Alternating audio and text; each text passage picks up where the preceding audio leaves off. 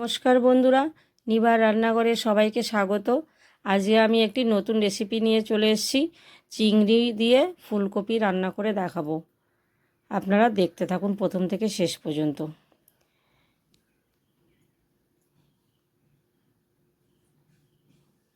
এখানে আমি বড় বড় চিংড়ি মাছ একটু টুকরো টুকরো করে কেটে নিয়েছি। নুন হলুদ দিয়ে চিংড়ি মাছটাকে মাখিয়ে নিয়েছি।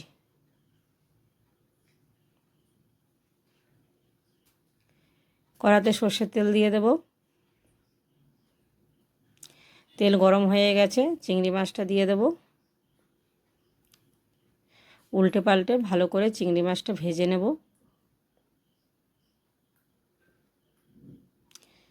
বন্ধুরা, আমার রান্নাটা দেখে যদি আপনাদের ভালো লাগে, চ্যানেলটিকে সাবস্ক্রাইব করে দেবেন, লাইক কমেন্ট করে দেবেন।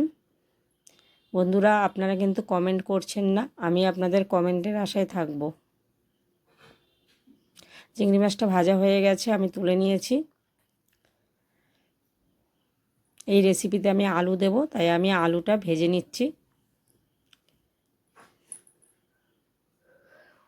আলুতে নুন একটু হলুদ দিয়ে ভালো করে ভাজা ভাজা করে নেব।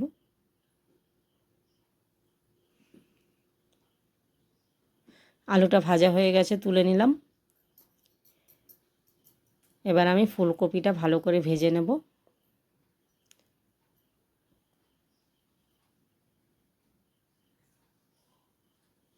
নুন হলুদ দিয়েছি, দিয়ে আমি ভাজা ভাজা করে নিচ্ছি। ফুলকপিটা ভাজা হয়ে গেছে, আমি তুলে নিয়েছি। ফুলকপিতে আমি আদা রসুন বাটাটা দেব, তাই আমি আদা রসুন বাটা বেটে নিচ্ছি।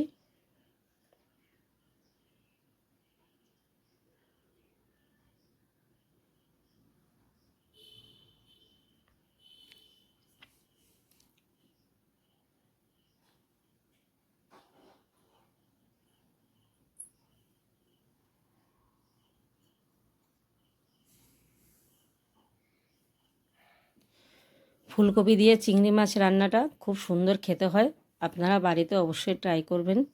আদা রসুন বাটা হয়ে গেছে, এবারে আমি কড়াতে সর্ষের তেল দিয়ে দিচ্ছি। তেজপাতা শুকনো লঙ্কা দিয়ে দেব, কুচানো পেঁয়াজ দিয়ে দেব,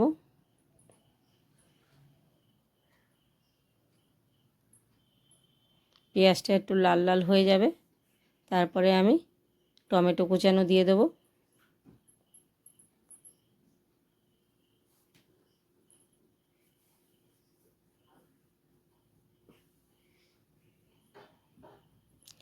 টমেটো দিয়ে অল্প একটু নুন দিয়ে দেব, তাহলে টমেটোটা ভালো সেদ্ধ হয়ে যাবে।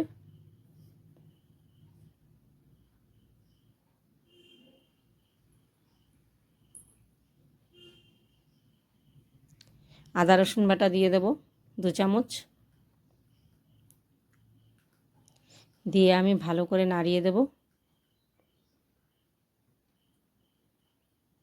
হলুদ গুঁড়ো, লঙ্কা গুঁড়ো, জিরে গুঁড়ো একসঙ্গে ভালো করে মিশিয়ে দেব।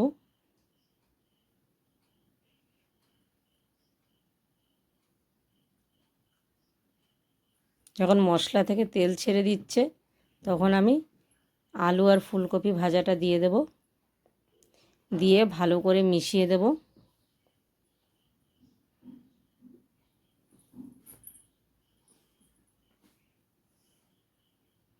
ভাজা চিংড়ি মাছটাও দিয়ে দেব, দিয়ে ভালো করে নাড়িয়ে দেব।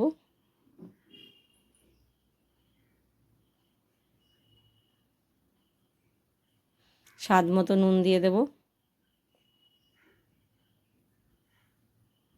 দেখুন বন্ধুরা, কি সুন্দর একটা কালার এসছে।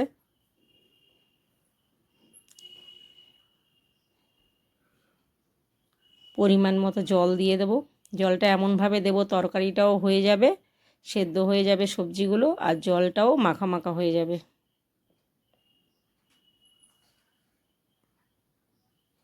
ঢাকা দিয়ে দেব। তরকারি প্রায় হয়ে এসছে। ওপর থেকে গুঁড়ো গরম মশলা ছড়িয়ে দেব, দিয়ে ভালো করে নাড়িয়ে দেব। দেখুন বন্ধুরা, রান্নাটা হয়ে গেছে, কি সুন্দর লাগছে দেখতে।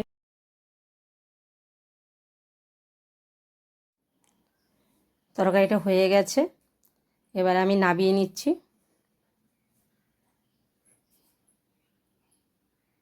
দেখুন বন্ধুরা, দেখতে কি সুন্দর হয়েছে, খেতেও খুব সুন্দর হয়েছে। আপনারা বাড়িতেও অবশ্যই ট্রাই করবেন।